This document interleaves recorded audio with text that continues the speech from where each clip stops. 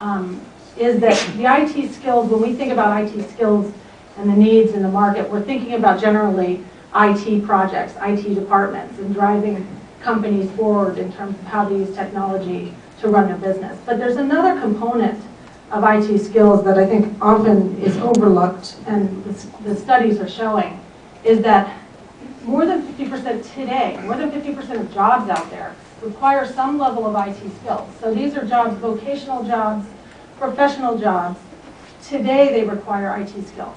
But in the future, almost all of them will require some level of IT skills. So that's something to keep in mind as you're thinking about whether you're in IT or not, about your workers and the skills that they'll need to be successful in their job. And then, of course, around IT itself as a profession, we are seeing significant gap between the supply and demand of those skills in the market. We're seeing that globally. It's especially true here in the United States, and it will grow. So all the studies we're seeing says that in the next 5 to 10 years, we will continue to see more and more jobs in IT requiring skills that we don't have in the market. So we really need people to push forward on their skill sets, get the training they need, and a lot of times that means training, not necessarily education, to be able to be relevant in the market. This was an IDC study showing that between now, basically, and 2015, there will be an additional 7 million jobs opening in the IT field. And these jobs don't necessarily look like they look today. So that's another piece that we need to be considering. And for Microsoft, that's very, very important. There's a couple of phenomena at play. One of which is cloud computing, which I know you've talked a little bit about today. Big deal for Microsoft. And also, it's just a shift in the industry that's going to require everybody to retool, everybody in IT. The other phenomenon is around devices, and bring your own device. And I'm sure you all are seeing that already in your environments. And how do we make sure we're taking advantage of those devices in the IT world, and then, of course, the applications that go along with that to make sure we're enabling those devices for business benefit. So between those two phenomena, there's a big need for new skills in the market. In terms of application development, we estimate about 10 million worldwide, about 10 million application developers out there who are professional, who make their living developing applications. But there's about 100 million people developing apps around the world. So interesting kind of phenomenon to think about. I know application development is already a difficult skill to find in IT. And if you think about these additional 100 million people that are out there as hobbyists developing applications, could they be skilled further to become professional developers? And right now, being a professional developer, this is our CEO, Steve Ballmer, Microsoft CEO. Being a professional developer means making some good money. So it's an awesome time to be an application developer. We need to really hone those skills so that they can be more applicable to the IT world and to driving business value. So we talked about the 7 million plus jobs that we see coming into the market in the next 3 years by 2015. The other thing to think about is there's an expectation of about 100,000 additional companies that will be created by 2015. IT-oriented companies around the cloud and around applications. So more than ever, it's important for computer scientists, for engineers, for IT managers, for project managers, for business analysts, anybody in the IT field to increase their skills to better suit the needs of the market. So I thought I'd talk a bit about certification and how we believe that will help people be successful in IT. So there's several studies, again, none of these by Microsoft. This one, we looked at the IDC marketplace study as well as a CompTIA study to find out whether managers truly believe that certified people help them be more successful.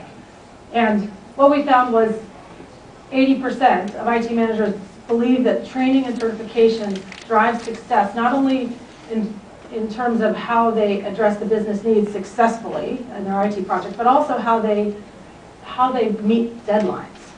So 75% of the managers interviewed in these studies said, with certified people on my project, I'm more likely to meet my deadlines. So fantastic endorsement there of certification and training. The other thing I thought was interesting about these studies was 84% of hiring managers say that certifications is a measure not only just of the person's skill set, but also of their ability to work hard and achieve goals. So something I think people don't necessarily think about. They think certification, okay, shows a technical skill that I need in my project, but it's also an indicator of somebody who drives hard toward a goal. I think that's important. So the top two boxes are around the same issue, around skills that are hard to find in IT. Most managers, almost 100% of the managers, say hard to find, and I'm looking for new types of skills. The two bottom boxes I thought were interesting because it's around why does somebody get certified? What is the reason that someone goes to the efforts, take the training? It's a significant amount of effort and energy. Why do they do it? 60% say they do it because it helps them lead to a new job.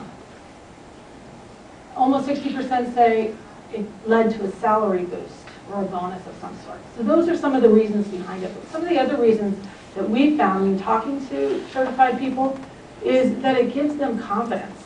When they're certified, they know they have the confidence to succeed. And that's important, I think, as well in terms of performance on a project. So again, lots of studies out there showing the importance of certification and how it's valued by the IT managers. And if you are certified, you're a part of a community. And for Microsoft, that represents over 6 million people worldwide who are certified in Microsoft technology. We are the largest certification program out there and the most widely recognized program as well.